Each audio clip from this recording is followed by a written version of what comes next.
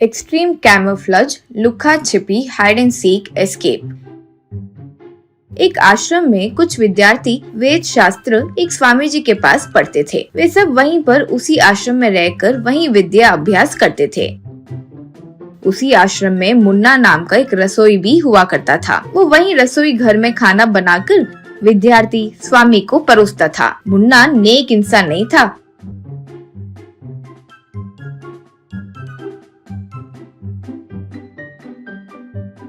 आश्रम में राशन के लिए जो पैसे आते थे वो लेकर उन पैसों से शराब पीता था। एक दिन स्वामी जी एक विद्यार्थी को कुछ कह रहे थे तो वो चोरी छिपे सुना। स्वामी जी, बेटा दीपक, यहाँ जो विद्यार्थी पढ़ते हैं उनमें से तुम्हारे ऊपर मुझे बहुत अभिमान है, इसलिए मैं तुम्हें एक मंत्र विद्या बताता हूँ। वो तुम्हें मुश्किल के समय में काम आएगा।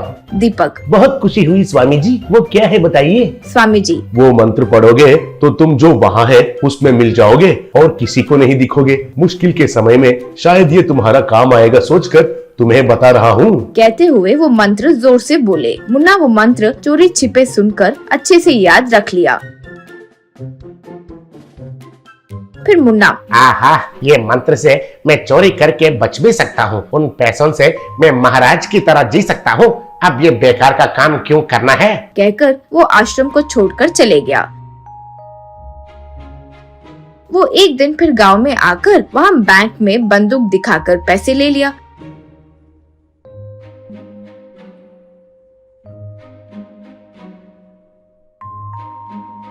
बैंक स्टाफ सिक्योरिटी पीछे पड़े तो वो भागने लगा।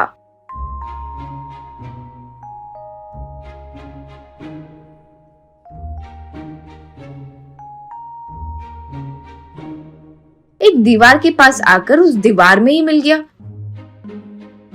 वे लोग उसके आगे से भागकर निकल गए। बाद में वो दीवार से बाहर आकर दूसरी तरफ से निकल पड़ा। फिर एक घर में बंदूक दिखाकर अलमारी से सोना, पैसे सब चुरा लिया।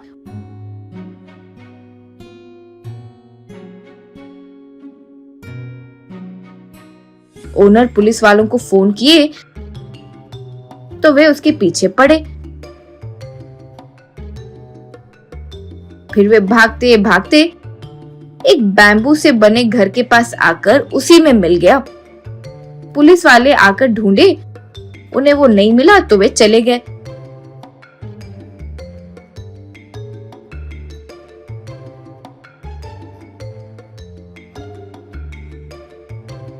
ऐसे वो चोरी करके अलग अलग चीजों में मिलकर मुन्ना कभी नहीं पकड़े गया। पुलिस वालों के हाथ ही नहीं आता था।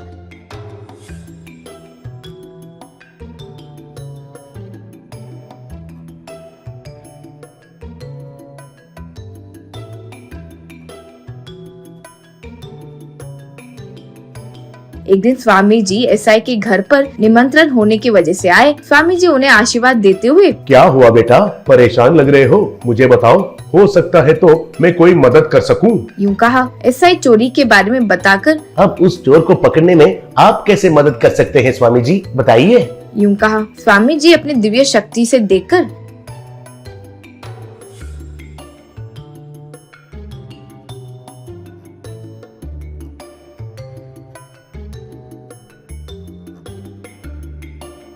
बेटा वो चोर कौन है मुझे समझ में आ गया है। उसे पकड़ने के लिए मेरे पास एक रास्ता है। यूं कहा। एक दिन हमेशा की तरह मुन्ना चोरी करके भाग रहा था। पीछे पुलिस वाले भाग रहे थे। फिर मुन्ना को एक ईंटों का बड़ा ढेर दिखाई दिया। वो तुरंत उसके अंदर जाकर मिल गया।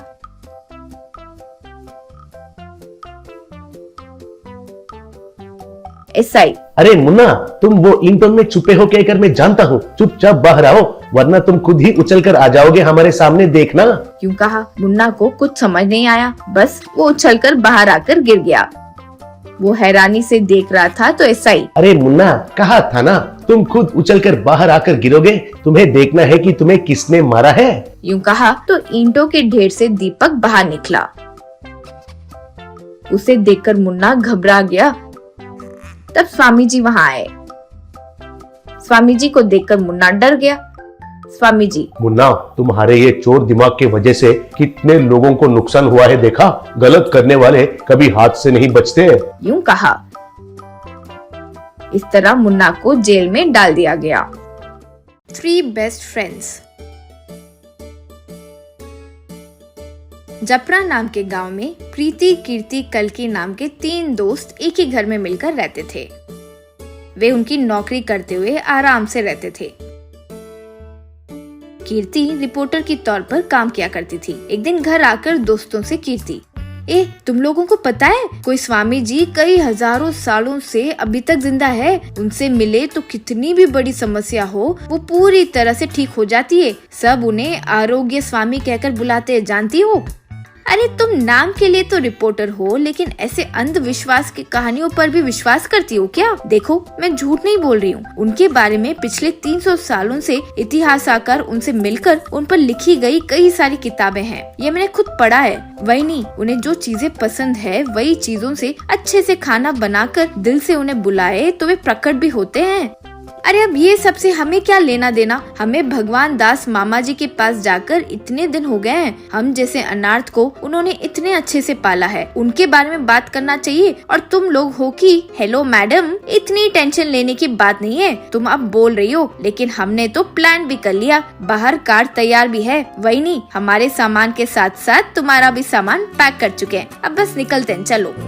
इससे तीनों खुशी से बाहर आए और अपने कार में गांव के लिए निकल गए। ऐसे कुछ देर ट्रैवल करके भगवान दास के घर आए। अब बाहर कुछ बच्चे खेल रहे थे। अंदर जाकर देखे तो भगवान दास बिस्तर पर बेचारा लेटा हुआ था। डॉक्टर उन्हें चेक कर रहे थे। वो देखकर कीर्ति ने डॉक्टर से पूछा, प्रॉब्लम क्या है? पता नहीं चल रहा है। सब प्रकार के टेस्ट करवा चुका हूँ, सब में नॉर्मल ही आया है। डॉक्टर, ऐसे अच्छा इंसान कभी बिस्तर पर बीमार होकर नहीं लेटना चाहिए। वो सबके लिए भगवान है। किसी भी तरह इन्हें बचा लीजिए डॉक्टर, प्लीज डॉक्टर। सॉरी बेटा, जो भी मैं कर सकता था वो सब मैंने किया। अब कोई मिरेकल हो तो सही, वरना उन्हें बचा नहीं पाएंगे, कहकर चले गए। तब तीनों बहुत दुखी हुए। उस रात कीर्ति से प्रीति, अरे सुनो, पता नहीं तुमने वो सुबह स्वामी जी को क्यों याद किया, लेकिन मामा जी की स्थिति देखने से लग रहा है कि वो स्वामी जी के अलावा उन्हें और कोई नहीं बचा सकता। क्या हम उन्हें बुला सकते हैं? तीनों मान गए।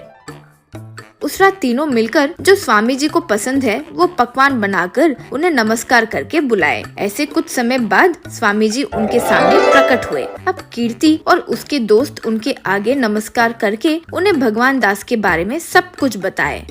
देखिए बच्चों, जो तुम बोल रहे हो वो सुनकर पता चल रहा है कि तुम लोग उनसे कितना प्यार करते हो। मेरे पास एक चटाई है, उसके ऊपर कोई भी एक बार सोए तो काफी है। चाहे जैसे भी बीमारी हो, वो जाकर मामूली इंसान बन जाता है। लेकिन तुम तीनों में एक को उनकी बीमारी को लेना होगा। चाहे तो मैं वो चटाई दे सकता हूँ, लेकिन बात ये है कि तुम लोगों में त्याग कौन करेगा, ये सिर्फ तुम्हें ही पता होना चाहिए, कहकर उन्हें चटाई दी। तब तीनों ठीक है कहकर उस चटाई को ले जाकर भगवान दास को उस चटाई पर सुलाए।